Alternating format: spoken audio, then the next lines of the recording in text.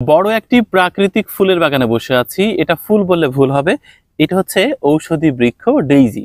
অনেকে বলে বুনো ডেইজি, কেউ বলে ওয়েডেলিয়া।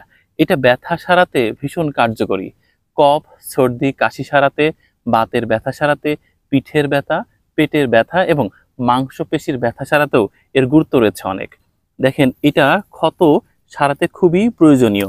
এর ডাঁটাটি একটু রস করে এর রসটা ক্ষতস্থানে দিলে রক্ত পড়া বন্ধ হয়, ক্ষত দ্রুত সময়ের মধ্যে সেরে ওঠে।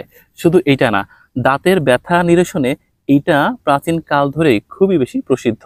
এইটা আপনি যেখানে ব্যথা সেখানে দিয়ে আলতো করে চাপ দিলে দাঁতের ব্যথা সারিয়ে তোলা সহজ হয়। অনেক প্রজাপতি ঘুরছে, খুবই চিত্তাকর্ষক দেখতে। এই সিঙ্গাপুরি ডেইজিগুলো বনে বাদারে রাস্তার পাশে এমনিতেই জন্মে থাকে। এইটার ঔষধি গুণাগুণ না জানার কারণে অনেকেই ব্যবহার করতে পারেন না। আমরা যে কোনো গাছ সম্পর্কে একটু পড়াশোনা করে তারপর তথ্য দেওয়ার চেষ্টা করি। আপনি অবশ্যই একজন রেজিস্টার্ড ভেষজ চিকিৎসকের পরামর্শ নিয়ে প্রতিটি গাছ ব্যবহার করবেন আপনার শরীরের প্রয়োজনে। দেখেন, চারপাশে কি মুগ্ধময় ফুল ফুটে আছে। এই সিঙ্গাপুরি ডেইজি বা বুনো ডেইজি বা ওয়েডেলিয়া আমাদের ঝিনাইদহে এখন দেখা যাচ্ছে, কারণ এরা বর্ষা মৌসুমে সবচেয়ে বেশি ফুল আর পাতা দিতে সক্ষম।